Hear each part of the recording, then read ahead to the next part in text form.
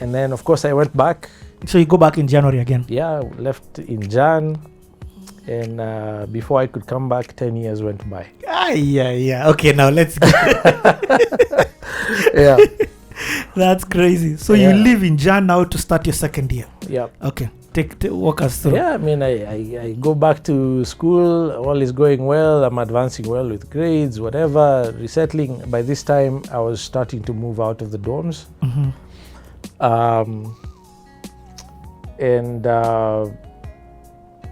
At the end of that year, my dad got laid off from his long-time job. I think 33 or 35 years he worked for the government of Kenya.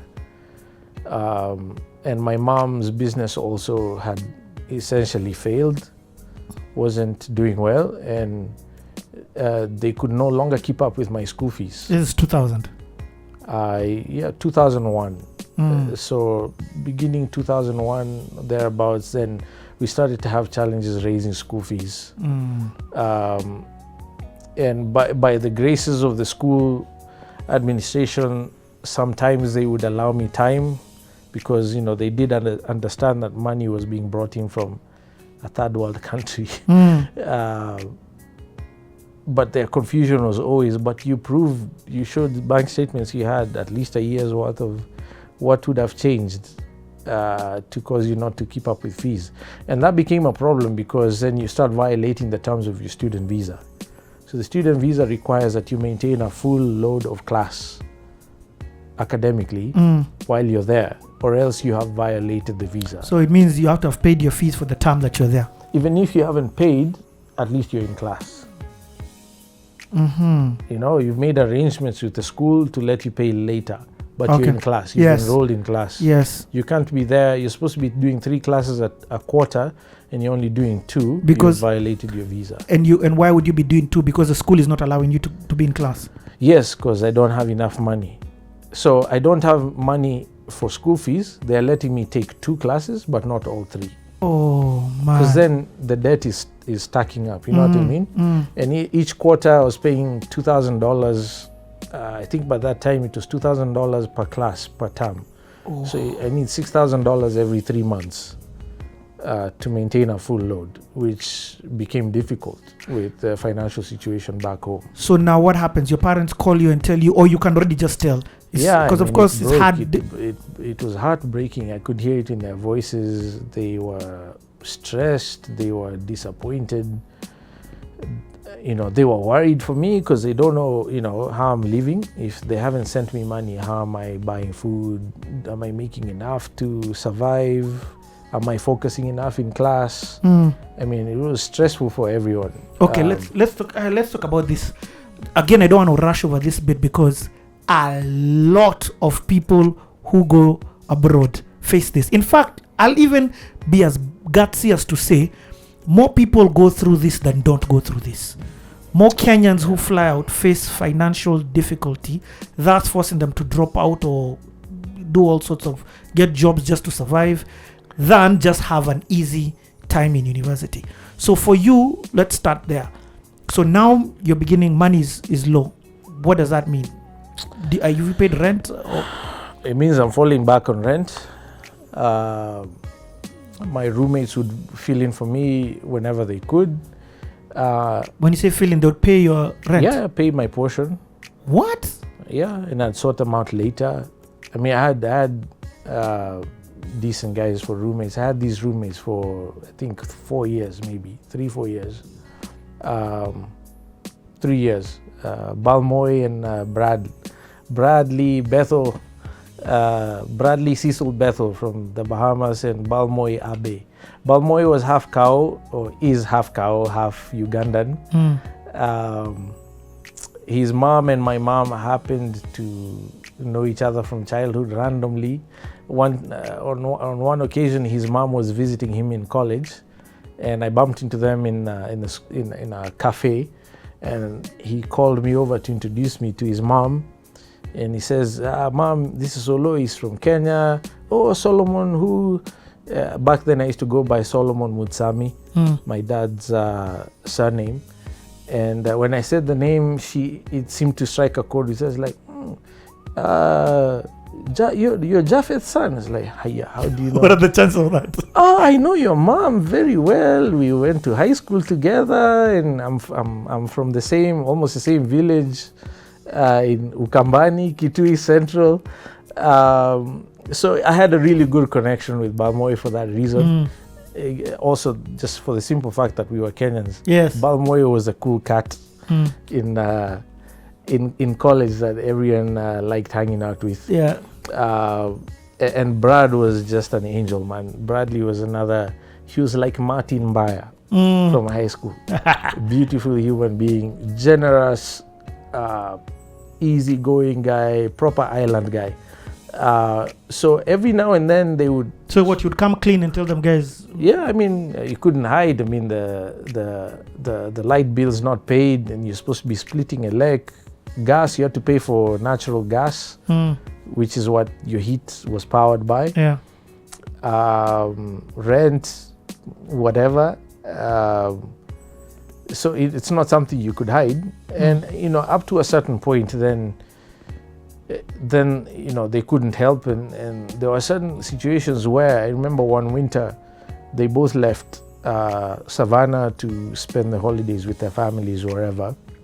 I was left in Savannah alone because I couldn't travel. I'd violated my student visa term, so I was afraid even if I could travel, I might not be able to get back into the country to finish school. So traveling was not an option. I couldn't even leave the city to go visit my cousins. Things were that tight, and I couldn't pay so they paid their portion, I think, of the electricity and water and gas, and I couldn't. And at some point, power was cut off, and not power, water and gas was cut off. And I'm in the house by myself. I remember I had to sit, since the gas was still on, I could use the elec was still on. I could use the oven, so I'll switch on the oven to high heat and sit next to the oven to keep myself warm. What? In the winter, and not tell anyone. So why, you were embarrassed? This time your girlfriend? Yeah, I mean, she was aware that things were tough, but I always felt like my troubles cannot become other people's burdens. I mean, what right do I have to make my situation someone else's headache to think about? For me, it was like, fine, you make do with what you can until it's like, dude, you are really lighting bad. An oven. Now this is yeah. not. What I was about? I was over there with the oven door open, and I was heating. What about your cousin? I did have very much contact with my cousins. I mean, no, your cousin who was in Savannah, the one who picked you up. Eric and I came home that first year for holidays, and Eric never came back. Aye. He stayed in Nairobi. He joined USIU, and sadly died in a car accident a couple of years later. Oh, man. So yeah, Eric. So Eric stopped being an option when you were in Savannah now. Yeah. Okay. It was just me. Ooh, this story is gone dark, man. It's gone tough, dark, hard, like add other synonyms there. So, 2001, you are in the States.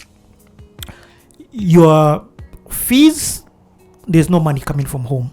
It was coming in bits and pieces. So. And of course, when it comes, you prioritize to what is. Yeah. So sometimes even you get fees, but you haven't paid rent. So rent comes first. Yeah. I mean, I had to make do. They go with a bursar to give me time. Let me pay for one class.